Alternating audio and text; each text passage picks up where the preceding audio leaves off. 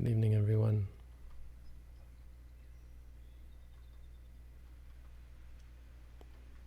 Welcome to our daily Dhamma broadcast.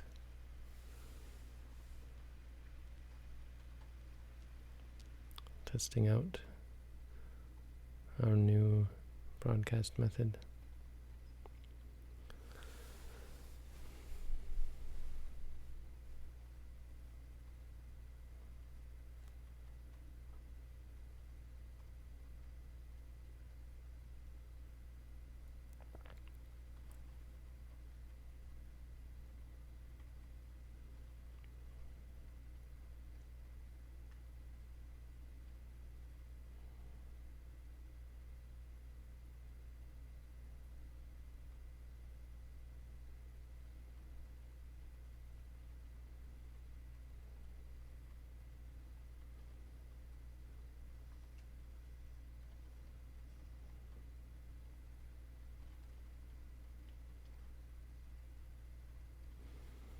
And to our local meditators who, again, have spent a day dedicating themselves to Buddha's teaching.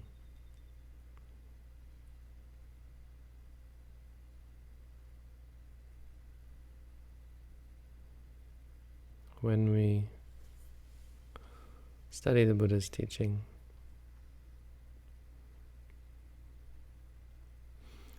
it's easy to get lost in the Buddha's teaching. It's not easy to sum up the Buddha's teaching in a few words. It seems like everywhere you pull at the Buddha's teaching, it leads to something else. And so to really understand it takes often quite a bit of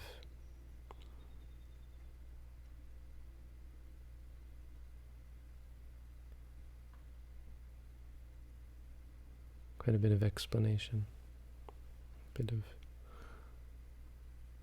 picking here and there. But we do have various basic starting points. We have the Buddha's starting point, where he started when he began to teach. When the Buddha began to teach, first he wasn't going to teach. He became enlightened. He had no inclination to teach. It's sort of the dilemma of becoming enlightened. On the one hand, you have great benefit, and you're a wonderful person to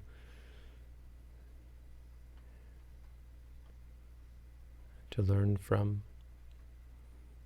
But on the other hand, you have no desire left, so no intention to teach unless invited. Fortunately for us, the Buddha was invited to teach. And so he taught the Dhammacakkappavattana Sutta. He turned the wheel of Dhamma. He set in motion a living tradition, a lineage to be handed from teacher to student. That has continued rolling up until the present day. But it all started with 5 ascetics reluctant to hear the Buddha's teaching because it went against their views, and their idea of having to torture oneself in order to become enlightened. And so the Buddha explained to them the middle way. The first thing he taught was that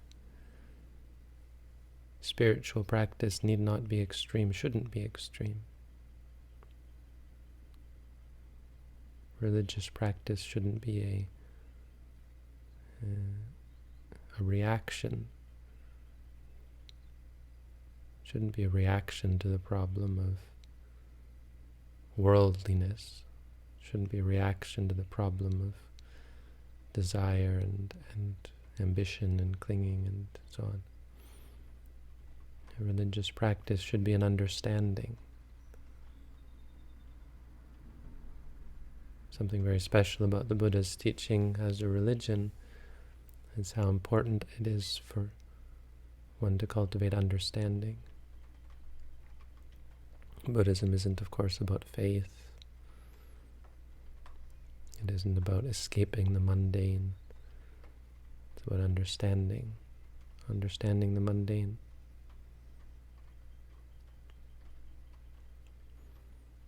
So Buddhism is at once a religion and a science. It's a religion because we take it seriously. It's not just about knowledge and wisdom. It's about us. It's about our lives. It's about the very core of our being, our identity, who we are. It's about our future. It's about ourselves. It's about happiness and peace. It's a science because it involves investigation, observations and conclusions based on solid observations.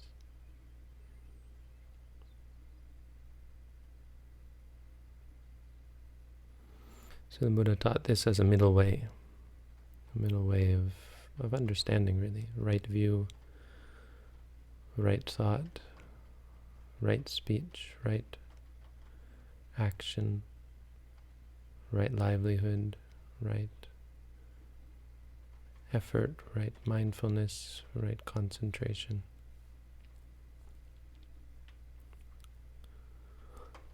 You see, so it becomes a whole bunch of things. We start with something simple, but it's not really simple at all.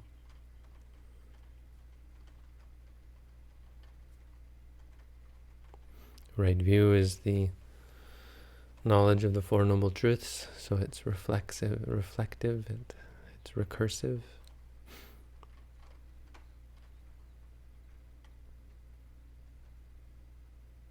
It's an infinite loop. Yeah. You talk about the Eightfold Noble Path, and you end up going to the Four Noble Truths, the fourth of which is the Eightfold Noble Path, the first of which involves the Four Noble Truths. So on, you see. Buddhism is just explaining the Buddha's teaching. It requires us to be content and to touch upon pieces of it. To really explain all of the Buddha's teaching gets more complicated.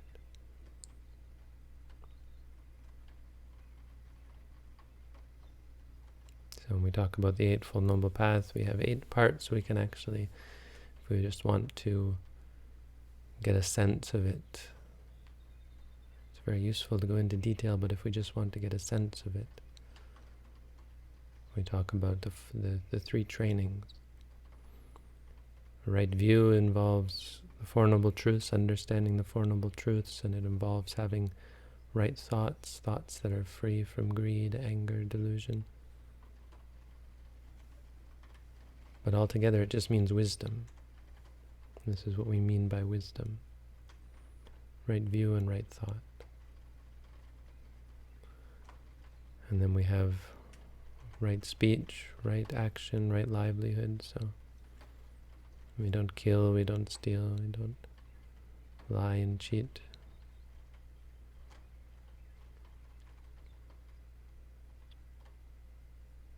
But altogether it just means ethics, morality, sila. To have a proper ethic means our actions and our speech should be mindful. Ultimately, morality is a part of a meditation practice. Ethics isn't putting yourself in a situation where you might kill and not kill. Right? You think you're living in a meditation center, how can you cultivate morality? It's a part of your meditation practice. When you walk, you can walk unethically. And when you speak, when you eat, when you shower, your shower is ethically charged. But you didn't realize that when you're on the toilet, it can be an unethical act. The ethics of the bathroom. It's very true. No joke.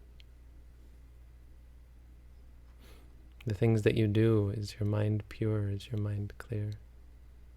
Are you clearly aware of what you're doing? That's proper morality. It's associated with mindfulness.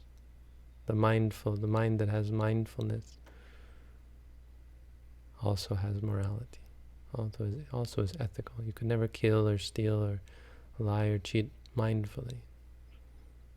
There has to be a moment where you disregard the clarity of mind that comes with mindfulness, and you force yourself, push yourself to do something unethical.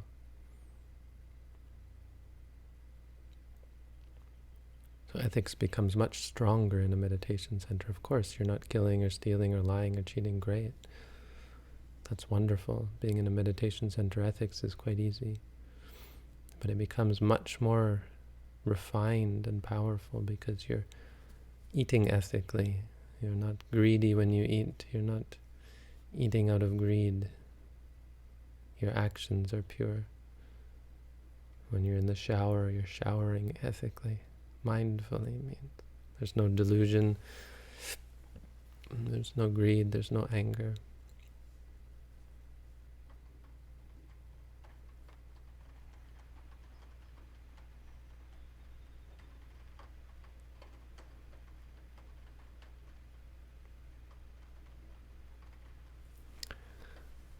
And the last three are right effort, right mindfulness, right concentration.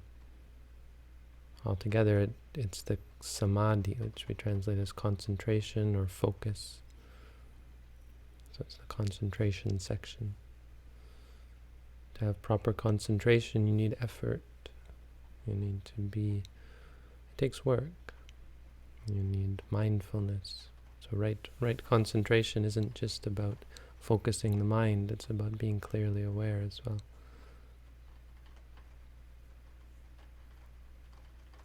Being focused on the object and having the object in focus. Right? It's easy to be focused on something. Well, it's not really. It's easy to feel focused in the sense of the mind that is stiff and unbending, but it's much harder to be in focus, where you're actually aware of the object and clearly grasping it in your awareness.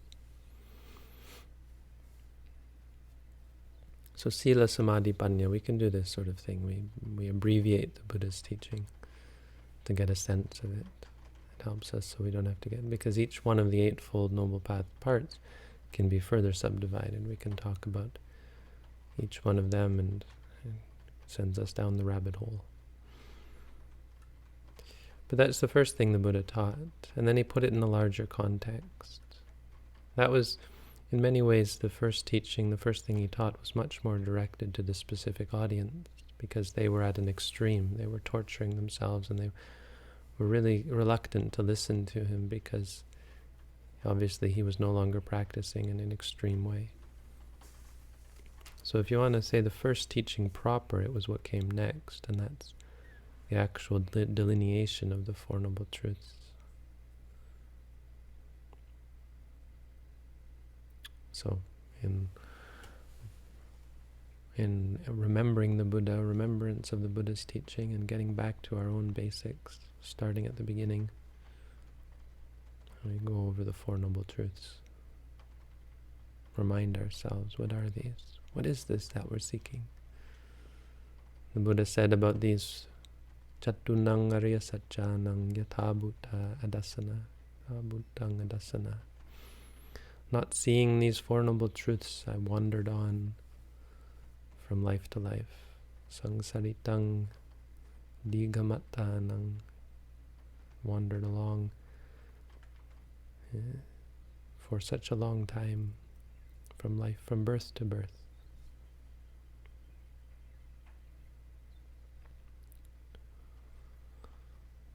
So the first Noble Truth is the one we're all familiar with, suffering. We're familiar with it in two ways. We're familiar with it as the first, or as the essence of the Buddha's teaching. Yes, what is Buddhism all about? Yes, it's all about suffering. And also second, we're familiar with it because we're familiar with suffering.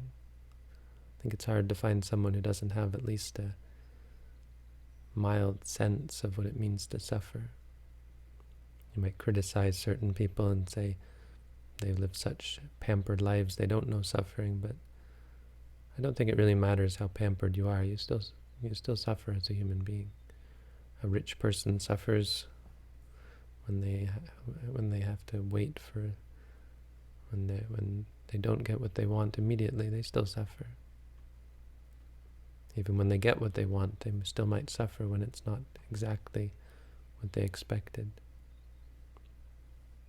In fact, you might say the more spoiled a person is, the more suffering they have. Constantly wanting. And whenever you're wanting, there's a stress involved, there's a suffering involved. You're not happy. You're anxious. You're displeased. You're uncomfortable. Most people don't understand happiness. They think they do. They think they know what happiness is. So it's such a surprise once they begin to meditate to realize how much they're suffering. In the beginning, it often feels like the meditation is causing you suffering. This meditation, wow. It's really unpleasant to meditate, right? But all it's doing is showing you. It's saying, hey, stop running away from it and let's see what we've got inside. Because believe it or not, some people practice meditation and don't suffer terribly. And so you come to realize that it's really our own minds that cause us suffering. It's nothing to do with the meditation.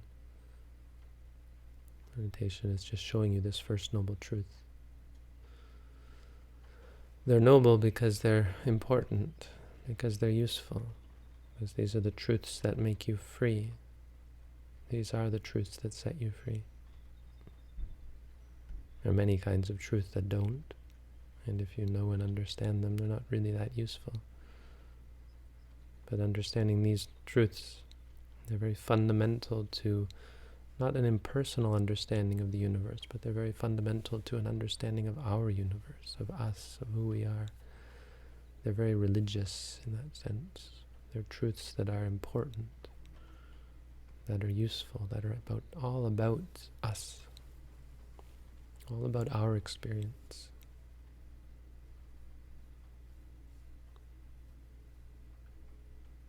So suffering, it's there.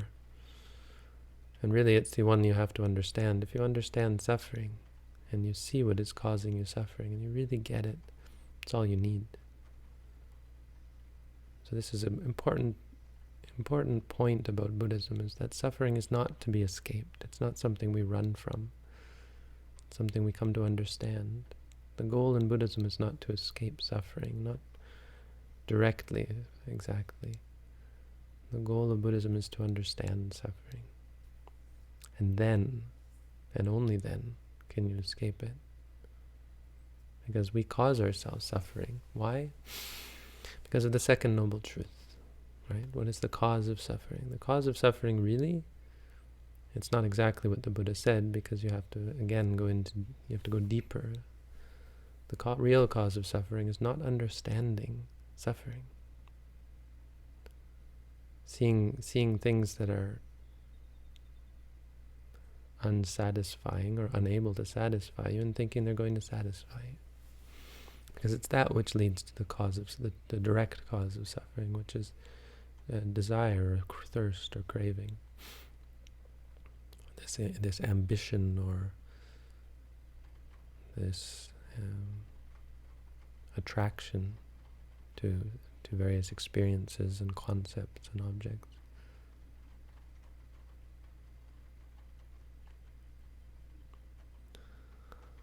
And so through understanding suffering, through the first noble truth, when you really understand it, what happens is you abandon craving. It's quite simple. We're often concerned with giving up our addictions, giving up our desires, and being more content, living a simpler life. And so we strive to free ourselves and to free ourselves from addiction.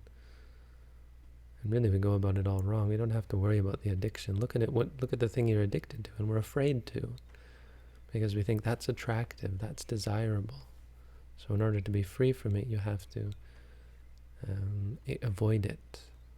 You have to not think about that thing, because that thing makes you happy, right? We know that ultimately it makes us unhappy, but we also know that we really, really are pleased by it, that somehow deep down in our heart of hearts, we're attracted to it, which we can't figure out because intellectually we know it's horrible for us, Alcohol is awful, but I like it. So so the wonderful thing about Buddhism, this great claim that it makes, is that it's not attractive. Is that the only reason we're attracted to things, anything, is because we don't understand it, because we haven't seen it clearly. That if you observe something, anything, for what it is, as it is, clearly, there's no way, it's impossible for you to be attracted to it. Isn't that a powerful claim? That it's not possible to like something if you understand it. It's not possible to be attached to something. That's the second noble truth. The third noble truth is the cessation of suffering. This speaks to the real goal, right? The final goal, which is to escape. Just don't like to talk about it exactly like that, because it's easy to get the wrong idea that should be our focus. Let's run away. Let's go to Canada and stay in a room in a basement, and I won't have to deal with all the suffering of life. I'll be able to find the door. Get me out of here. There's no secret door in our basement, not that I've found. There's no way out of suffering like that. The cessation of suffering, of course, comes when you stop craving things, which comes from when you understand them. But nonetheless, it is real, and it's important to talk about. Cessation from suffering is real. Cessation of suffering is real. Freedom from suffering. Nibbana is real. And when you realize it, boy, is it real. It's the most real thing, the most complete. It's in a whole other category of existence. It's ineffable. It's indescribable. It's not all that hard to understand intellectually. It's just freedom, peace, cessation. But it doesn't come anywhere close to doing it justice.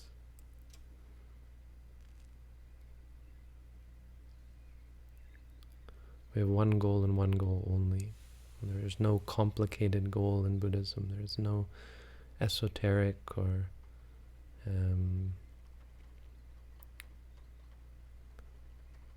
biased.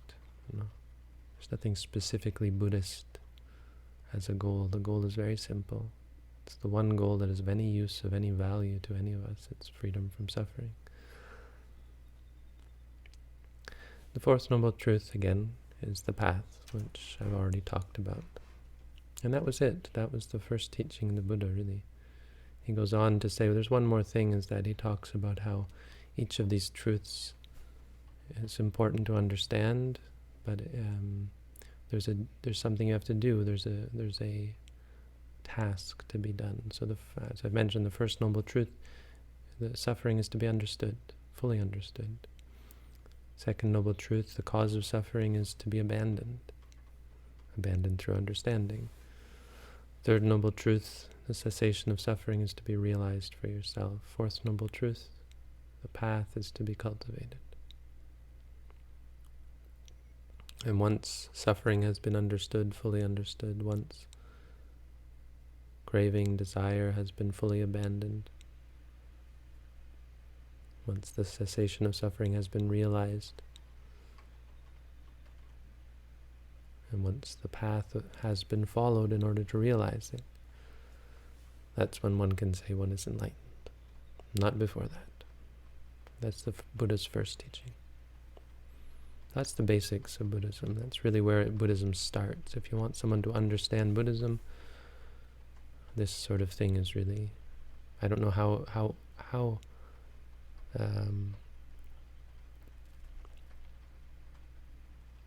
what's the word?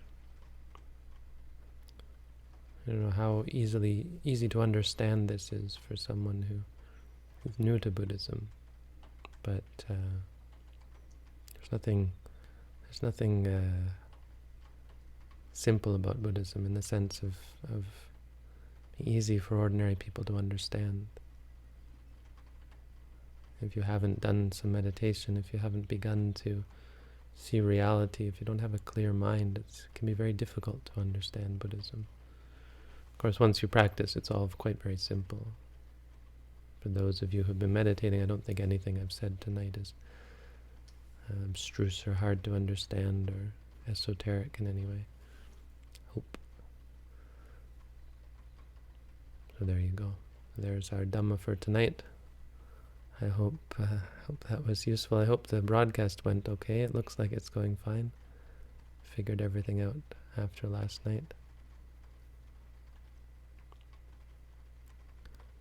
And I can't now get the audio working. Our audio broadcast somehow is broken. It won't let me. I don't know what happened there.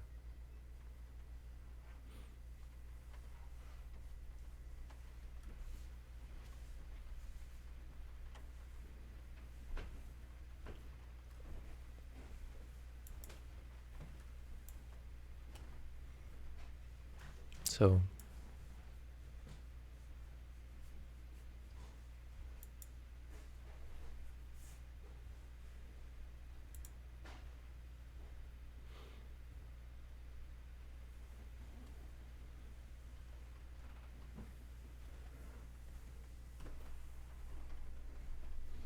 if there are any questions, I'm happy to answer them.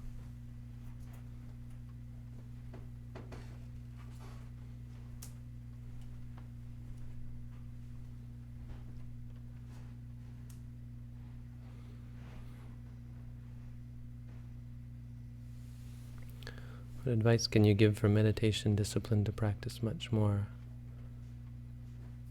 I suppose I could. I get this question a lot, but my inclination is to say, motivation is your job. It's not my job to motivate you. Yeah, that's not fair, is it? Teachers are supposed to motivate. But what I want to say is that I'm not going to hold your hand, and a teacher shouldn't hold your hand. What a teacher should do is give you this kick in the pants. I think it's quite motivating to tell you that you have to motivate yourself. I think that's the best advice I can give you for motivation, is stop asking me to motivate you, because it's lazy, right? I mean, sorry, I don't mean to be critical, but I get this question a lot, and I think this is how I'm inclined to answer it. Why? Because it's more deep than that. The point being, it's not going to work out. There's no God. I mean, we come in the Western world very much entrenched in this idea, not even this idea, but this sense that there's a purpose to the universe, and that God has a plan for you. I mean, even if we're not Christian or Jewish, we grew up in this sort of idea, this environment, and it's not true. Everything might go to garbage for you. You might wind up in hell, and who knows where you're going in the future. It's not all going to work out. There is no happy ending unless you make it. It's completely up to you. So that's really the one thing that a person has to do for themselves, is motivate themselves. Think of that as your one job, is to get motivated, to do it, to actually do it. And if you think like that, if you're focused on that, I think everything else comes, right? Chanda is the first step. When you want to do something, when you're interested in doing something, when you have the inclination to do something.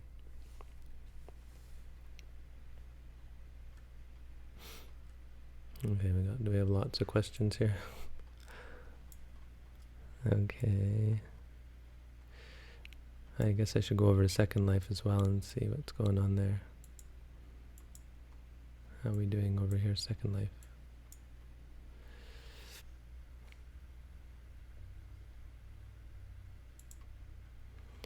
Right. So there's sort of a question. We shouldn't run away from suffering, but the purpose of Buddhism is to escape suffering. Yes. The purpose in Buddhism is to be free from suffering, right? I mean, it's much simpler than you're making it out to be, I think. It's not really a contradiction. There's something wrong with us, and that's clear. Or maybe not clear. I mean, the Buddhism makes the claim that suffering is because of us. There's something wrong with us, and that's why we suffer. That's sort of a Buddhist claim.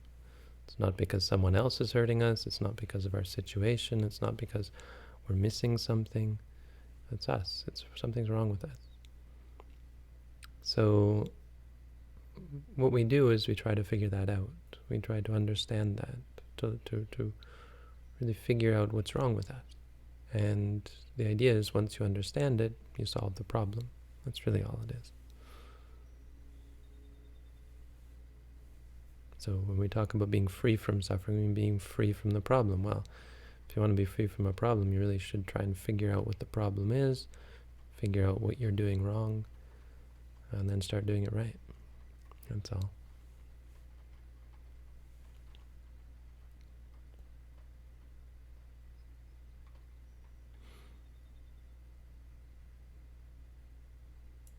I really need an assistant here to sort out all these questions. Maybe we shouldn't do the live chat questions. There's just too many of them. Make it more difficult. We should just do questions on our site. That's what we should do. Too many questions.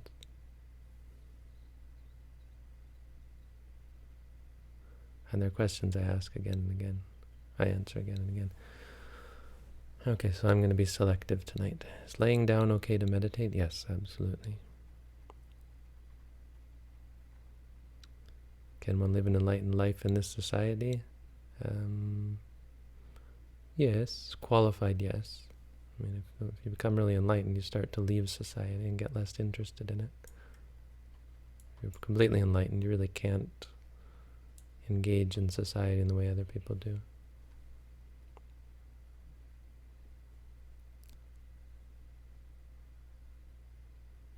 Yeah, you can certainly lie down, that's no problem.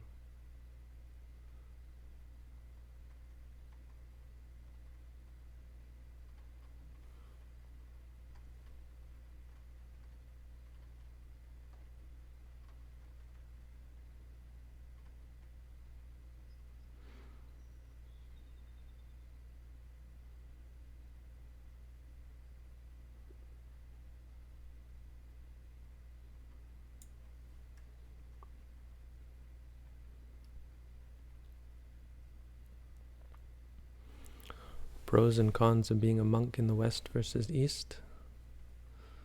I don't know. That's not something I think about. Those aren't the sorts of questions I answer. Sorry. Yeah, see, I'm not a very good teacher. I'm very crabby and I'm very picky. I don't answer all your questions. How does meditation involve itself with that? Being able to control. I don't get it. Ask me a simpler question.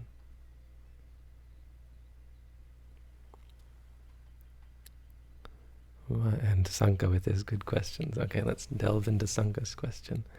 Why are the Salayatana omitted from the Mahanidana Sutta? What do I look like, the Buddha? I can answer this.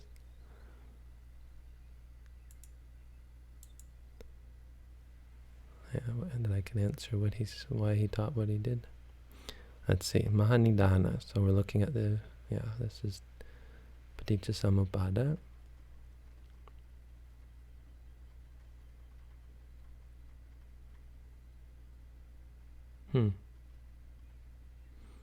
That's a good question. Well, the six senses are in contact. I mean, contact is the six senses. That's what I would say quite simply. I'm as surprised as you are that they're missing. It's a good point. Good question.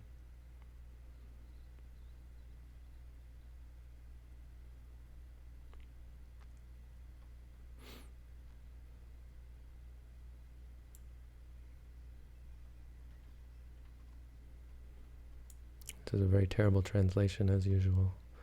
Thanissaro Bhikkhu is a really good monk, but he's not a very good translator, I'm sorry to say. I'm not the only one who thinks that. Let's see if I can find this. Which one is it? It's 15, right? Okay.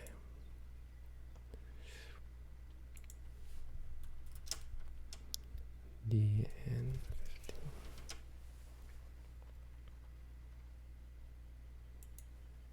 Let's get Maurice Walsh's version, see if it's any better. The six sense bases are omitted for some reason in this sutta. That's what Maurice Walsh says. See what the commentary says. Idang panayasma salayatana pacayati buddhe chaku sampasidana. Yeah, the six sense bases are contact, or contact is the six sense bases.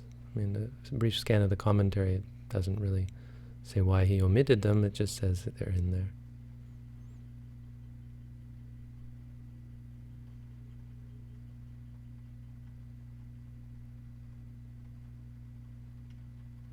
Passasacha salayatanato atiritang anyampi visesa pachyang dasitu kamo. Yeah, I mean, I'd have to spend a little time translating that, but it's basically that they're together. Right? Because contact means contact with, of the sense. Contact at the moment of seeing, at the moment of hearing.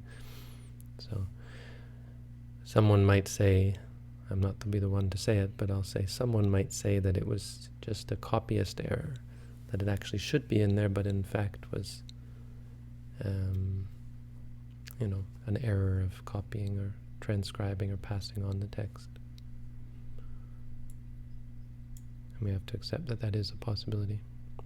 Even if as Buddhists we don't like that idea.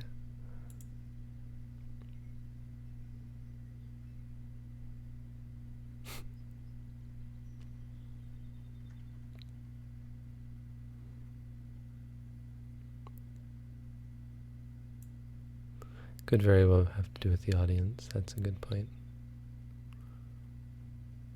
Okay, there's too many questions. I can't get through them all. Okay, someone here's trying to ask me a question. Dick Carlisle asked, but it's not really a question, so you have to give me something simpler. What do you mean? Do you believe in God? No. Did Buddha believe in God? No. Buddhism with Hindu yogi Christianity, that's okay. Power to you. Do as you like. I'm not here to tell you what to do.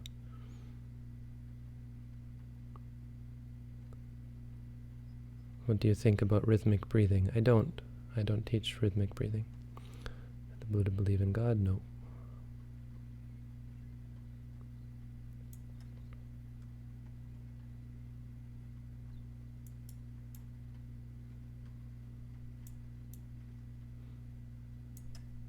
Do Westerners really understand meditation? Yeah, I don't know. Not my question.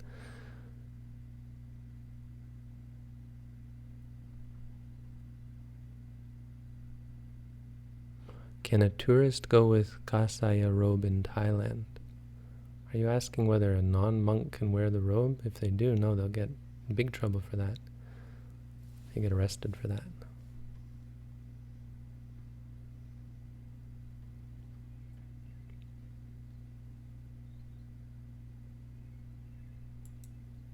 I mean, you can. You just might get arrested if they find out.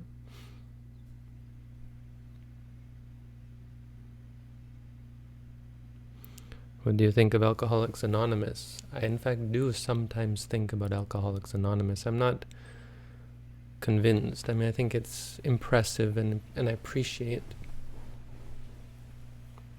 the good results that people get from it and how thoughtful it is and so on. But I think you can see how it's not exactly Buddhist. It might be effective to help people free themselves from alcohol, and we'd want to say that some of the best parts of it are in line with Buddhism, but I think the whole reliance on a higher power is sketchy at best.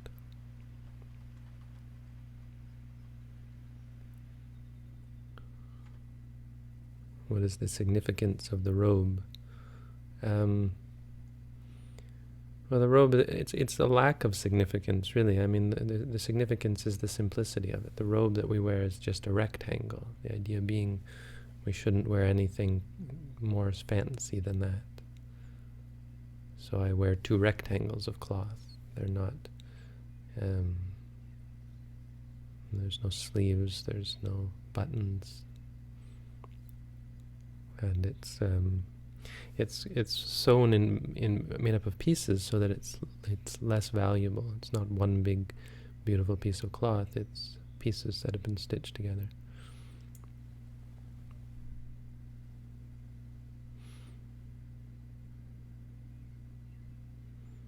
Yeah, there's lots of questions. This is quite surprising, actually. I didn't realize opening up live chat would subject me to question after question after question.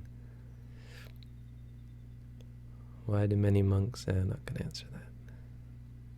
Okay, well, I might as well. Why do many monks think it's okay to use tobacco? I think many monks don't think it's okay to use tobacco, but they're addicted to it. And it's sort of become a culture in Asia. I guess there is sort of a tradition where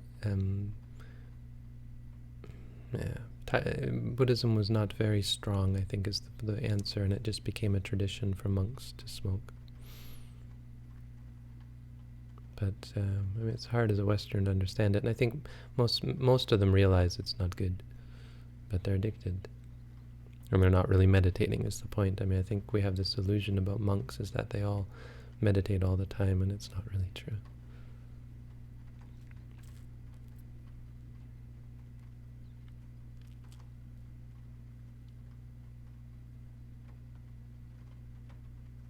Well, it's significant in that wearing a robe means you're a monk. So if you pretend to be a monk, for Thai people, that's significant. What is your view on solipsism? I had this funny experience in New York. I said, as Buddhists, I don't think Buddhism is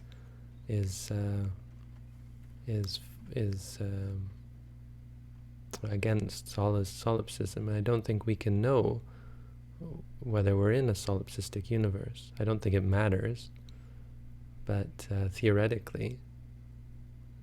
And this monk I was sitting beside was horrified, a Western monk. I was quite surprised at how vehemently against solipsism he was. I don't have really, I mean, to me solipsism is just a mind game. It doesn't really mean anything. Whether I am the only real being and you are all just emanations of my reality doesn't really matter to a Buddhist, because the experience of it is what it is. And it's only the experience that we're interested in. So it's just some mind candy for us to ponder on and get caught up in and lost in.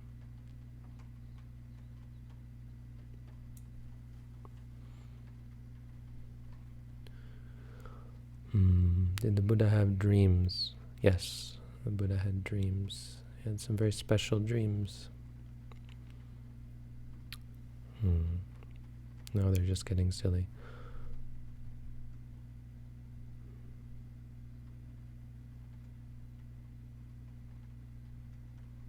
Okay, too many questions. Too many questions. Ask them, I'm not going to answer. I've had enough. If you really want to ask a question, we'll prioritize those questions on our website. So you can go to meditation.sirimangalo.org. Let me see, I'll post a link. You sign up for our site, join our meditation community.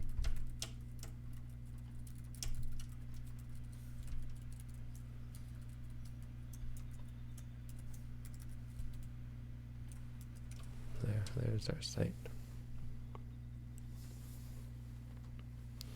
Did the Buddha have dreams after his enlightenment? Maybe not.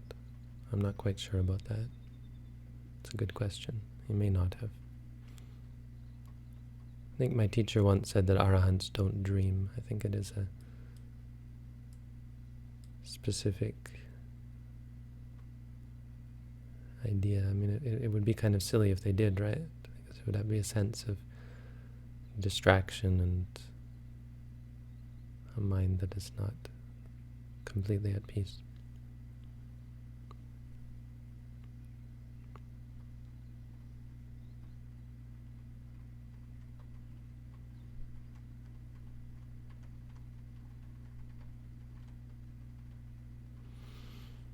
Okay. Well, thank you all for tuning in. Do we have any more here?